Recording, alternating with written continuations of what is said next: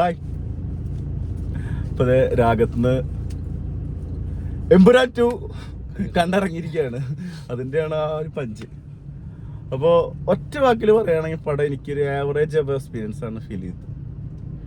എന്നോട് ഇപ്പോൾ പടം കഴിഞ്ഞ് ഇറങ്ങി വരുമ്പോൾ ചോദിച്ചു ലൂസിഫറിൻ്റെ അത്ര ഉണ്ടോന്ന്. ഒരിക്കലും ഇല്ല, ലൂസിഫറിൻ്റെ അത്രയൊന്നുമില്ല. പക്ഷെ ഇത് ലൂസിഫറായിട്ട് കമ്പയർ ചെയ്യേണ്ട കാര്യമില്ല കേട്ടോ. അതിൻ്റെ ഒരു കണ്ടിന്യൂഷൻ എന്നുള്ള രീതിയിലുള്ള കുറച്ച് റെഫറൻസ് കാര്യങ്ങളൊക്കെ ഉണ്ട്. ഇത് വേറെ ലെവലാണ് പടം കൊണ്ടുപോകുന്നത്.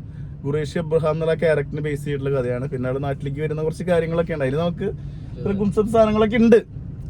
അപ്പോൾ പടം ഒരു ആവറേജ് എക്സ്പീരിയൻസ്, വൺ ടൈം തിയേറ്ററിൽ കാണാൻ പറ്റിയ പടം. മലയാള സിനിമയിൽ ഇത്രയും ടെക്നിക്കലി അഴിഞ്ഞാടിയൊരു പടം വേറെ വന്നിട്ടുണ്ടെന്ന് എനിക്ക് തോന്നുന്നില്ല. ടെക്നിക്കലി ലാൽ ബ്രാൻഡ് നാഷണൽ അല്ല, ഇന്റർനാഷണൽ ആണ്. കാരണം ഇതിൽ റെഫറൻസ് കൊടുക്കുന്ന രാജ്യങ്ങൾ ഏജന്റ് സെറ്റപ്പ് ഒക്കെ ചൈന, പിന്നെ ഇവിടെ സെനഗല്, പിന്നെ ജപ്പാൻ, അങ്ങനെ കുറെ സ്ഥലങ്ങളാണ് കൊടുക്കുന്നത്. അപ്പൊ അത് ബേസിലൊക്കെ സംഭവം സെറ്റാണ്. പിന്നെ ഇതിൽ പെർഫോമൻസുകൾ, ഇതിൽ ഏറ്റവും ഇഷ്ടപ്പെട്ട പെർഫോമൻസ് മഞ്ജു വാര്യരാണ്. ഫ്രണ്ട് പറഞ്ഞോടെ ഡ്രസ്സായിട്ട് ചെയ്തിട്ടുണ്ട്. മഞ്ജു വാര്യർ കുറെ കാലങ്ങൾക്ക് ശേഷം ഇങ്ങനെ പെർഫോം ചെയ്ത് കണ്ടിട്ടില്ല. ബാക്കി എല്ലാവരും നന്നായി ചെയ്തിട്ടുണ്ടില്ല എന്നല്ല പറയുന്നത്. ടോവിനോ നന്നായി ചെയ്തിട്ടുണ്ട്. ഇതിലുള്ള എല്ലാവർക്കും കൊടുത്തുള്ള കാസ്റ്റിംഗ് ഒക്കെ നല്ല കാസ്റ്റിംഗ് ആണ്. അവർക്കുള്ള റോളുകളൊക്കെ ഒരു ഭംഗിയായിട്ട് ചെയ്തിട്ടുണ്ട്. ലാലേട്ടന്റെ ഇൻട്രോ തരിച്ച് ലാലേട്ടൻ വരുന്ന കുറെ സീൻസ് ഉണ്ടല്ലോ, ആകെ കുറച്ച് സീൻസുകളിലേക്ക് അത് ലിമിറ്റഡ് ആക്കിയോണ്ട് അതെല്ലാം രസമായിട്ട് 41 മിനിറ്റ് ഉള്ളോട്ടാള്. ഞാനിന്ന് നോക്കി 41 മിനിറ്റ്, 3 മണിക്കൂർ പടത്തിൽ 41 മിനിറ്റ് വരുന്നുള്ളൂ. ഒരു മുണ്ടെടുത്തിട്ട് ഒരു ഫൈറ്റ് ഉണ്ട്. അതിൽ ബാക്കിൽ നിന്ന് കാണിക്കുന്ന കുറച്ച് സീനുകളൊക്കെ ഉണ്ട്. അതൊക്കെ നമുക്ക് ആവേശം തന്നെയാണ്. ഫൈറ്റ് രക്ഷയില്ലാത്ത ഫൈറ്റാണ്. അതുപോലെ മറ്റേ ഇൻട്രോ സീൻ അത് വേറെ ലെവലാണ്. കുറെ സംഭവങ്ങളുണ്ട് പടത്തില്. ഒരു 3 മണിക്കൂറിന്റെ ലെങ്തിക്ക് ഭയങ്കര നെഗറ്റീവായിട്ട് തോന്നി പടം. കാരണം ഒരു 2.5 മണിക്കൂർ തീർക്കേണ്ട സംഭവം ഉണ്ടായിരുന്നത്. പടം തുടങ്ങി സ്റ്റാർട്ടിങ്ങില് നോക്കി ആദ്യം സയ്യിദിന്റെ ആ ഒരു സ്റ്റോറി വന്നില്ലേ, അത് നല്ല രസമായിട്ട് ചെയ്തു, അടിപൊളിയായിട്ട് ചെയ്ത്. നമ്മളാ ഒരു ശരിക്കും ഒരു മറ്റേ പുറത്തത്തെ നമ്മള് KGF അങ്ങനത്തെ ആ മൂവീസ് ആ ഒരു മൂഡിൽ ഇങ്ങനെ നിൽക്കുന്നത്. അതില് ക്യാമറ ഒക്കെ എടുത്തു വെച്ചുള്ള കേട്ടോ. ഇവിടെ നിന്നൊക്കെ ഏതൊക്കെ ആംഗിളിന്നൊക്കെ എടുത്തുള്ളത്. കളറിങ് അതിൽ കുറച്ച് മെയിൻലി സീൻസ് ഉണ്ട്, എന്താ പറയാ റേപ്സ്, അങ്ങനെ കുറച്ച് സംഭവങ്ങളൊക്കെ ഉണ്ട്. പക്കയായിട്ട് അത് 2002 ഇന്ത്യ കാണിക്കുന്ന സീനില് അത് രസമായിട്ടുണ്ട്. ആ സമയത്തുണ്ടായ കാര്യങ്ങൾ. പിന്നെ ഇതേ കുറെ ഇത് ശരിക്കും ബേസ്ഡ് ഓൺ ശരിക്കും ട്രൂ ആയിട്ടുള്ള കുറച്ച് കാര്യങ്ങളാണ് കണക്ട് ചെയ്യുന്നത്. ഇതിന് ശരിക്കും പറഞ്ഞാൽ ഈ ഇതിൽ കാണിക്കുന്ന പാർട്ടീസ് ആയിക്കോട്ടെ എല്ലാം ശരിക്കും പറഞ്ഞാൽ ഇപ്പൊ നടക്കുന്ന കുറെ കാര്യങ്ങളാണ്. റിയൽ രാഷ്ട്രീയം കേരളത്തിൽ എന്തൊക്കെ സംഭവിക്കും അതിന്റെ ഒക്കെ റെഫറൻസ് ശരിക്കും അതില് പാർട്ടീന്റെ പേര് മാത്രമാണ് മാറ്റി ശരിക്കും ഈ പടത്തിന്റെ സംഭവം തന്നെയാണ് കേട്ടോ. പൊളിറ്റിക്ക് രാഷ്ട്രീയം നമ്മുടെ രാജ്യത്ത് വേണം. പക്ഷെ ഇപ്പൊ രാഷ്ട്രീയം വരുന്നത് എന്തിനാണെന്ന് അവരുടെ പേഴ്സണൽ കാര്യങ്ങൾക്കും അവരുടേതായ കാര്യങ്ങൾക്ക് ഡെവലപ്പ് ചെയ്യാന്നല്ലാണ്ട് രാഷ്ട്രീയ അതീതമാണ്, നല്ല രാഷ്ട്രീയം വേണമെന്ന് പറയേണ്ട ഒരു മെസ്സേജ് പടത്തിലുണ്ട്. രാഷ്ട്രീയത്തിന് നെഗറ്റീവ് പറയുന്നുണ്ട്, അത് മതങ്ങൾ ഉപയോഗിക്കുന്ന രീതി പറയുന്നുണ്ട്, ഇവിടെ ഇങ്ങനെ വർഗീകരിക്കപ്പെടുന്നു, എവിടെ കാര്യങ്ങളൊക്കെ പറയുന്നുണ്ട്. അതിന്റെ രസമൊക്കെ ഉണ്ട്. പടത്തിന്റെ ആദ്യത്തെ 1.5 മണിക്കൂർ ഭയങ്കര ഫാസ്റ്റ് ആയിരുന്നു.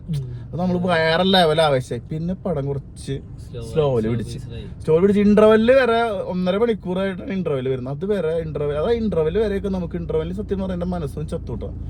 ഇതെന്താ എങ്ങോട്ടാ പോണെന്ന്. പക്ഷെ ഇന്റർവെല്ല് കഴിഞ്ഞിട്ട് പിന്നെ അഗൈൻ ലാലേട്ടൻ വരുന്നു. ഭയങ്കര കാറ്റഗറി പടം. അത് ഫൈറ്റ് ചെയ്ത് പടം വേറെ ലെവലിൽ കയറി. പിന്നെ അതങ്ങനെ മെയിൻറ്റെയിൻ ചെയ്ത് ക്ലൈമാക്സ് വരെ പോയിട്ടുണ്ട്. അപ്പൊ അതൊരു പോസിറ്റീവായിട്ട് തോന്നി. പിന്നെ രാജുചേട്ടൻ അഭിനയിക്കുന്ന കൂടിയുള്ളത് കൊണ്ടാണോ തോന്നി എനിക്ക്. ആളെ നിന്ന് പ്രതീക്ഷിച്ചൊരു ഡയറക്ഷന്റെ ക്വാളിറ്റി എനിക്ക് കിട്ടിയിട്ടില്ല കേട്ടോ. ഞാൻ ഓപ്പണായിട്ട് പറയാം. കാരണം ആളെ നിന്ന് ഇതല്ല നമ്മൾ പ്രതീക്ഷിക്കുക. ഇതിൽ നല്ല സംഭവം പ്രതീക്ഷിക്കും. പക്ഷെ പടം തിയേറ്റർ എക്സ്പീരിയൻസ് ആണ്. പിന്നെ എല്ലാതും അടിപൊളിയായിട്ട് ടെക്നിക്കലി നല്ല രസമായിട്ട് ആയിക്കോട്ടെ, കാര്യങ്ങളായിക്കോട്ടെ. പിന്നെ എന്താ വെച്ച് കഴിഞ്ഞാൽ നമുക്ക് ഇതില് മെയിൻ ആയിട്ട് പറയില്ലേ, എല്ലാം നമ്മൾ ഇതിൽ കാണുന്ന ഓരോന്നും റെഫറൻസ് ആണ്. ശരിക്കും പറഞ്ഞാൽ വേറെ എന്തെങ്കിലും നമ്മൾ കണക്ട് ചെയ്ത് കണ്ട നല്ല രസമായിട്ട് തോന്നും. പിന്നെ മെയിൻ ആയിട്ട് ലൂസിഫർ ആയിട്ട് കമ്പാരിസൺ വരുമ്പോ മാത്രമേ ഈ പടത്തിനൊരു തോന്നുള്ളൂ. അല്ലാതെ നമ്മളൊരു നോർമൽ ഒരു പടത്തിന് കയറുമ്പോ നോ പ്രോബ്ലം ആ രീതിയില്ല. പിന്നെ അത്രയും ഹൈപ്പും കാര്യങ്ങളും വന്നുകൊണ്ടാണ് നമുക്ക് എല്ലാവർക്കും ഒരു സാധനം വരുന്നത്. ഈ പടത്തിനെന്ന് വെച്ച് കഴിഞ്ഞാൽ ഓവർ ഹൈപ്പാ. നമുക്കൊരു ആവറേജ് എബോ കിട്ടിയാലും നമ്മൾ സാറ്റിസ്ഫൈഡ് അല്ല. ഉള്ള കാര്യം പറയാലോ. നമ്മൾ പ്രതീക്ഷിച്ചൊരു സാധനം അങ്ങേയറ്റത്തെ സാധനം. അപ്പൊ അതിന്റെ ഒരു ഇതുണ്ട്. പിന്നെ വെച്ച് കഴിഞ്ഞാൽ ഈ ലൂസിഫർ പടത്തിന്റെ ക്യാരക്ടേഴ്സ് ഈ സെക്കൻഡ് പാർട്ട് എടുക്കുന്ന സമയത്ത് അവരെ കൊണ്ടുവന്നുള്ളത് അവരുടെ ഡയലോഗ്സ് എടുത്ത് പറഞ്ഞിട്ട് മുരളി ഗോപിനെ നമിച്ച് എല്ലാം ക്വാളിറ്റി ഡയലോഗ്സ്. സ്ക്രിപ്റ്റ് അത് സെറ്റാണ്, അത് രക്ഷയില്ല. എനിക്കിതിൽ ആ റെഫറൻസുകൾ, ഏജന്റ് റെഫറൻസ്, പിന്നെ ഇവര് തമ്മിലുള്ള അതൊക്കെ ഇങ്ങനെ കുറെ ഹൈപ്പിലേക്ക് പോയി എന്ന് മാത്രം. പക്ഷെ അതിനുള്ള ഹൈപ്പിലേക്ക് ലാലേട്ടന്റെ ഒരു ഇതിലേക്ക് അവിടെ എത്തിച്ചിട്ടുമില്ല. പക്ഷെ ലാലേട്ടന്റെ ആ സാഗ് അത് കാണാൻ വേണ്ടി തന്നെ ടിക്കറ്റ് എടുക്കാം കേട്ടോ. എന്തായാലും തിയേറ്ററിൽ പോയി കാണാനുള്ള മസ്റ്റ് വാച്ച് തിയേറ്റർ എക്സ്പീരിയൻസ്, അതിൽ യാതൊരു സംശയമില്ല. ചിലപ്പോ ഇനിയിപ്പോ ഈ ഷോ കഴിഞ്ഞില്ലേ, ഇപ്പൊ നമ്മള് ഫാൻ ഷോ കണ്ടതാണ് ഈ ബ്ലാക്കും ഒക്കെ, ഇനി ചിലപ്പോ അത് ഞാനിപ്പോ ട്രിം ചെയ്യാട്ടോ. കാരണം 3 മണിക്കൂർ ഫസ്റ്റ് ഷോയ്ക്ക് എന്തായാലും 3 മണിക്കൂർ കൂടെ, സെക്കൻഡ് ഷോയ്ക്ക് ആകുമ്പോൾ ഒരുപാട് ട്രിം ചെയ്യാണ്ട്. ഒരു 2.5 മാക്സിമം 2.25 മണിക്കൂർ, അല്ലെങ്കിൽ കൂടത്തിൽ ഈ പടത്തിന് അതിന്റെ ആവശ്യമില്ല. അപ്പോൾ ടോട്ടലി ഒരു മോശമില്ലാത്തൊരു തിയേറ്റർ എക്സ്പീരിയൻസ് എന്ന് വെച്ചാൽ നമ്മൾ ഭയങ്കര ഹൈപ്പിലൊന്നും പോയിട്ട് ഈ പടം കാണുമെന്ന് ഞാൻ പറയില്ല. നമുക്ക് 1 ടൈം തിയേറ്ററിൽ കാണാനുള്ള സംഭവമുണ്ട്. ഇതൊരു നല്ല മലയാളം മോളിവുഡിലൊരു അത്ഭുതം തന്നെയാണ്. അത് നമ്മൾ എന്തായാലും പറയുന്നത് മലയാള സിനിമയിൽ ഇതൊരു വലിയ അത്ഭുതം തന്നെയാണ്. ഇനി എന്തായാലും ലൂസിഫർ 3 അനൗൺസ് ചെയ്തിട്ടുണ്ട്. ഒപ്പം തന്നെ നമ്മൾ പറഞ്ഞ കാവിയോ, അത് നമ്മൾ വിചാരിച്ചാലും അല്ല, അതൊക്കെ നിങ്ങൾക്ക് കാണുമ്പോൾ മനസ്സിലാവും. അതുപോലെ വേറൊരു സാധനം കൂടി തേർഡ് പാർട്ടിലേക്ക് ഒരു ടിസ്റ്റ് ഇട്ടിട്ടുണ്ട്. അതൊരു കന്നഡ നടനെന്ന് തോന്നുന്നു, എനിക്കുള്ള പേരറിയില്ല. കുറെ പടങ്ങൾ കണ്ടിട്ടുണ്ട്. ജസ്റ്റ് അപ്പൊ പോയി കാണുക എന്തായാലും. നമുക്ക് ലാലേട്ടനെ എന്തായാലും നെക്സ്റ്റ് പാർട്ട് അവര് ഇത് വെച്ചിട്ടുണ്ട്. കാരണം വെച്ച് കഴിഞ്ഞാൽ ലാലേട്ടൻ എന്താണ് ഒരു ഇത്ര വർഷത്തേക്ക് ലാലേട്ടൻ പോയപ്പോ എന്തായിരുന്നു കാണിച്ചത്, അതാണ് ലാസ്റ്റ് ഒരു ചെറിയൊരു രീതിയിൽ കാണിക്കുന്നത്. ശരിക്ക് നമ്മൾ ആ 26 വർഷത്തെ ഇപ്പോഴും കാണിച്ചിട്ടില്ലേ, ആ ഭാഗമാണ് ലാസ്റ്റ് കാണിച്ച സീൻ എന്ന് പറഞ്ഞാൽ അവന്റെ ആ ഒരു ചെറിയ കാലത്ത് മുതൽ ചെയ്യാണ്. അത് വെച്ചിട്ടാണ് നിർത്തിയേക്കുന്നത്. കാരണം വെച്ച് കഴിഞ്ഞാൽ ലാസ്റ്റ് സീൻ അതാണ്. അപ്പൊ അതാണ് ഇതിലൊരു ഇത്. കാരണം അടുത്ത പ്രാവശ്യം തേർഡ് പാർട്ടിലെ ആള് സ്റ്റീഫൻ നെടുമ്പുള്ളി ഇത്ര വർഷം അവ എങ്ങനെ ആയി. അത് ലാസ്റ്റ് ഈ പറഞ്ഞ മറ്റേ പുള്ളിക്കാരൻ ചോദിക്കുന്ന ഡയലോഗ് മുംബൈ ചേരിയിലെ സീൻ മറ്റേ പുള്ളിക്കാരൻ ചോദിക്കുന്ന കേസുണ്ട്, ഇവൻ ആരാണ്, ഇവന്റെ ഫുൾ ഹിസ്റ്ററി വേണമെന്ന് പറഞ്ഞ സീനുണ്ട്. അതിന്റെ ഇടയിലാണ് ഇത് കാണിക്കുന്നത്. കണക്റ്റഡ് പിന്നെ എഡിറ്റിംഗിൽ ചെറിയ പോരായ്മ ഫീൽ ചെയ്തോട്ടോ. ചിലപ്പോ നമുക്ക് കിട്ടിയ പോലെ എല്ലാവർക്കും കിട്ടണമെന്നില്ല. ലാസ്റ്റ് ഇത് ആരാന്ന് ചോദിക്കുന്നത്, ഇയാളാണ് ക്യാമിയോ എന്ന് ചോദിച്ച ആൾക്കാരുണ്ട് ബാക്കിൽ.